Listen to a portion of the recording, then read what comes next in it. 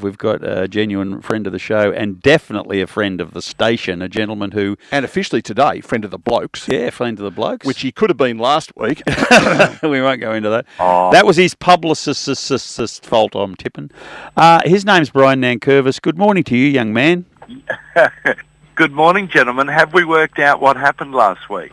Yeah, we're blaming the publicist. Okay. I reckon they, whoever they are, got the dates mixed up. That's what I'm blaming, because they're not here and they can't defend themselves. So let's put the boots in, eh? Yes. Yeah, although she may well be listening, she's very, very good. Now, outstanding. I tell you what, though, Brian, you did. I had a co-host last week. Rob was off the ground. He was subbed out, and the lady who was co-hosting with me, Jodie, was desperately keen to talk to you because she's a massive fan. And so for 25 minutes, Jodie and I filled in. Now, this is a lady who's never done radio before. Me, as a very average performer. Between the two of us, we filled 25 minutes, and we may still have some listeners, but I doubt it. I'm sure you were fabulous, and good for Jodie to be, thrown in. Absolutely. So you might just take a moment to say hello to Jodie, because she will be listening, I suspect. Yes, indeed. Good morning to you, Jodie, and thanks for filling in last week. And I'm having your pleasure of speaking to your hero today. Excellent. Did you end up finding out what the first concert Jodie ever went to was? Well, we reserve those questions for the professionals. we have some respect across broadcasters here, and we don't like to step on each other's toes. Excellent. Now, Brian Nankervis, you will be I'll ask her to text it in while you're on the phone. Yeah, she'll do that. You'll be known to many initially as Raymond J. Bartholomew. Then you morphed into hosting Rock Quiz. Yes. Into Rock Quiz. But for those of us who are true Brian Nankervis fans, will always first go back to Let the Blood Run Free. One of my all-time favourite television shows. Isn't it weird the way that one sticks in people's memory? I think possibly similar to Raymond J. Bartholomew's, it was so unusual. Good description. Let the Blood Run Free, as I think I've probably said before, it was a send-up of hospital soap operas. And in fact, our director, John Thompson, used to say that we were closely following an Italian form of theatre called commedia dell'arte, which is very exaggerated. You take the stereotypes and you sort of blow them up well beyond reality. And so for a soap opera set in a hospital, that was actually quite simple, because you had the dribbling orderly, you had the womanising head doctor who, was more interested in golf and having affairs than surgery. You had the nurse, the innocent nurse, Nurse Pam Sandwich. Was that Jean Kitson? That's correct. Yes. She was introduced to her as well. She's outstanding. Yeah. The late, great Linda Gibson was playing the matron, Dorothy Conniving. And may I say, with apologies to you and your role on that show, she was the one. She was the pivot, I would have thought, the nasty matron. Yes, she was remarkable. And look, it was my first experience in theatre. I was... at the end of 1984, I took a year off teaching, which has turned into 41 years. But I sort of found myself at the Last Laugh as a waiter. The Last Laugh, the theatre restaurant, Smith Street, Collingwood. Yeah, and I was invited to be part of this new show. And at that stage, it was once a week upstairs at Le Joke, and it was to be an improvised hospital soap opera. So I just assumed that I'd do a couple and then, they would find a real comedian, because, as you say, Jean Kitson, Linda Gibson, Peter Rosethorn. Oh, that's right. Another one. Yep. But people with a fair bit of experience. But they were happy with what I was doing, and I just kept going, and, one thing led to another. So it was good. It was ridiculous. We would pull sausages out of bodies, and there was blood squirting, and all the highs and lows of a hospital. So how much research was done beforehand by watching The Young Doctors, which was pretty much the same thing, only it was meant to be serious? Absolutely.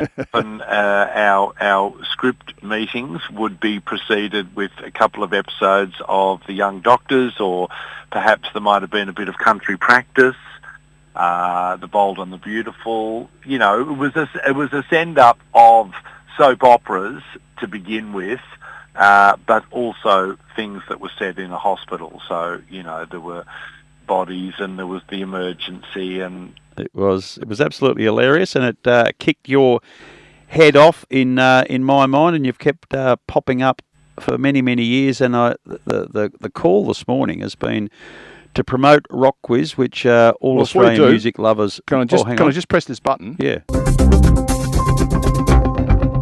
Breaking news, we've heard from Jodie's husband, Graham. He believes it was the Pet Shop Boys. She's at a working bee at the showgrounds because the Geelong show is on next weekend and she's part of the committee. So we believe that it was the Pet Shop Boys. The Pet Shop Boys, the first concert she ever went to. Wow. Well, Jodie and I'm not sure how much we might have had in common. Well, and since you're asking, Elton John Festival Hall, 30th of November 1979, the last day of my year 12. Do you know what? I love the fact that you can remember the date. That's very good. Well, it was because also it was my last year 12 exam. I did physics in the morning and Elton John at night. Okay. And did it completely blow your mind? There's a story I might tell you off the air about it. Getting in there, I lost my ticket, but managed to talk my way in. But it was just extraordinary. Yeah, Festival Hall, sitting in the stalls. Isn't that great? I was saying to someone the other day, and I think the reason this idea of asking people about their first concert has worked so well, certainly over 20 years of Rock Quiz, and I think it's probably not a entirely original question, but it's one that we've taken as our own. It instantly transports people back to often a happier, brighter time, or perhaps they forget the troubles that they were going through, because the idea of being in the same room as your heroes, I mean, you shared airspace with Elton John. And albeit the air conditioning probably would have blown it out a bit by that stage, the Beatles a few years earlier. But that's okay. Well, that's right, yeah. I did go to another concert at Dallas Brooks Hall earlier than that. I won't name the artist, but he did have a wobble board. I've just pushed that one right out of my mind. Yeah. Right. Owen Yateman and his Big Fat Brass, Warren Ponds Hotel for me. His Big Fat what? Brass. Beg your pardon. Yes. The famous Owen Yateman. Where is Owen Yateman? Owen Yateman was a Torquay surfie who could play some brass instrument, and he got a few blokes together and they played lots of brass instruments, and they used to go to the Warren Ponds Hotel regularly, and they were bloody fantastic. Well, if you're still with us and you're still listening, we want a text from you, 0488. I'm not sure that Owen's still with us, but some of his band members certainly would be. Yep. Many would remember that. Yeah, send us a text. Now, Rock Quiz. It is a wonderful thing that was created probably out of accident. It works really well because the characters in it are fantastic. But I wanted to touch on what we've spoken about this show before, but I've been reminded again by watching some clips of Rock Quiz that pop up regularly on my social media. Yes. Is the quality of the music that little seemingly makeshift band that you've got put together. It is extraordinary. Yes. Well, seemingly makeshift, probably in a way couldn't be further from the truth. They were remarkably hardworking, and also they'd played together a bit. I'm just trying to think. It was James Black, Peter Luscombe, and Mark Ferry. So Mark had spent years playing with the Models and the Sacred Cowboys. Peter Luscombe at that stage was playing with Paul Kelly, but had come out of Joe Camilleri's bands, had played with the Black Sorrows, was part of the original Black Sorrows, Vicar and Linda Bull, Stephen Cummings. James Black had played with Mondo Rock and a whole lot of wonderful bands. And did he have a crack with the Models as well? Sorry? Did he ever go with the Models as well for a short time? Don't think so. Okay, maybe wrong. Yeah, but, Melbourne is such a sort of a melting pot of music, and a lot of people do play together. James was telling me the other day he played on the Archie Roach first album, Charcoal Lane, as his organ parts on Took the Children Away. He played with Colin Hay. He played on the Gangajang song, The Sounds of Them, this is Australia, out on the patio. So I think there's always been this big tradition in Melbourne of people popping up on other people's records or jamming or doing benefits together. And so those guys did know each other, but once they got together, they took it. I mean, I know you're not saying they didn't take it seriously, but they made huge efforts to make it look spontaneous and to make it look a little, not rough around the edges, but a little loose. But, you do watch those duets and you watch those, even the solo numbers. Like one popped up on my Facebook the other day, the guy, the Come Up and See Me, Make Me Smile. Steve Harley. And there's a moment in it, and you can YouTube it, Steve Harley on Rockwiz. There's a moment where James Black does the solo that is part of that original song on an acoustic guitar, I think, and you can see Steve Harley, the solo finishes, and he turns around to look at James as if to say, did that really just happen? Solo that was put together in the studio from numerous takes, but James nailed it in one, and they rehearsed, and then they would, get to a point where they'd say, okay, that'll do, we don't want to over-rehearse. They wanted to keep a degree of spontaneity. And we just got a text from another friend of the show, Ian Cover, who reminded us that James Black produced a Coulda Beans live album. Simply genius was his description of him. And his career went on after that, even still. Even still, yes. One of my favourite rock quiz stories, Brian, you may not know, where another friend of the show is Mike Rudd, and he was on with Jess Cornelius, who was about half his age, if that, and I spoke to him the week before on a radio interview. I said, what's coming out? I'm on Rock Quiz. I've been out and bought this new white Hugo Boss jacket. Right? And he said, I'm terrified. And afterwards, that solo, that duet, I still think is one of the best things that's ever been recorded on Rock Quiz, the way they did Crying. And he still wears that white jacket. And he said, when she started writhing up against me, he said, I didn't know where to go. I'm sure he doesn't mind me telling that story because he told it on the radio. But yes, he remembers it well. Well, I remember that too. And I think it was Jess's idea, and both Kiwis, so they had that. Yeah. But I think they were trying to work out what will they do, because we would always invite the artists to come up with a duet. We always felt that it was best if they did something that they didn't want to do. Occasionally, or probably quite often, they say, oh, we don't know, what do you think? So we would throw a few suggestions in. But I think Jess suggested Crying, and I remember talking to Mike later, and he said, well, it's all very well to do Crying, but the background is that Roy Orbison did a remarkable version. K.D. Lang did a remarkable version. Don McLean did an even better version. That's right. So you've got those things in your head, but the version that they did was incredible. Yeah.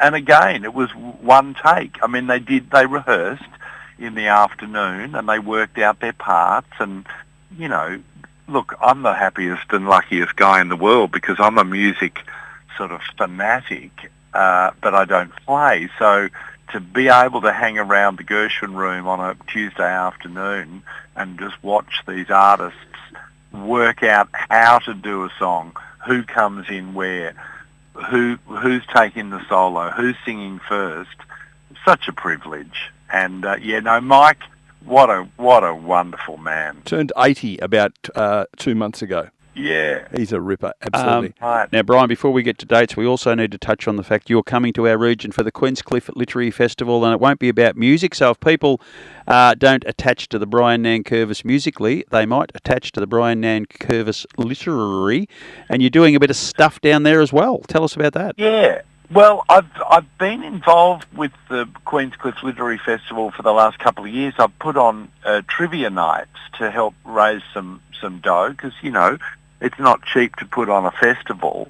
And the program director, Elizabeth McCarthy, earlier this year, she said, look, have you got anything that you think would be suitable rather than trivia for the literary festival? And I said, you know what, I reckon I can do something. About 20 years ago, I wrote a series of articles for The Age called The Beach House Years, and it was a fictional account of a beach house over a period of 40 years with the same family. So the house is bought in 1964 by Harvey and Shirl Findlay and their 2 kids, Barbara and Ian. And then the story, as it was published in The Age, each day it would jump ahead 10 years. And so, you know, a bit like that, what was that film, that Alan Alda film, Same Time Next Year? Yeah. The same couple, although there's not as many affairs in my one. It's a saga. It's a family saga set over 40 years. And so I did it as a newspaper story, and I've always thought it would work well as a sort of storytelling show.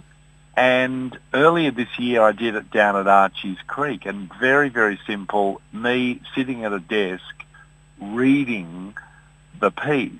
And each year is a sort of 8 or 9 or maybe 10 minutes. So it's a sort of it's a 50-minute show because there's 5, there's 64, 74, 84, 94, 2004. And I sort of did it as a trial, thinking, well, if I ever did it again, I would memorise it.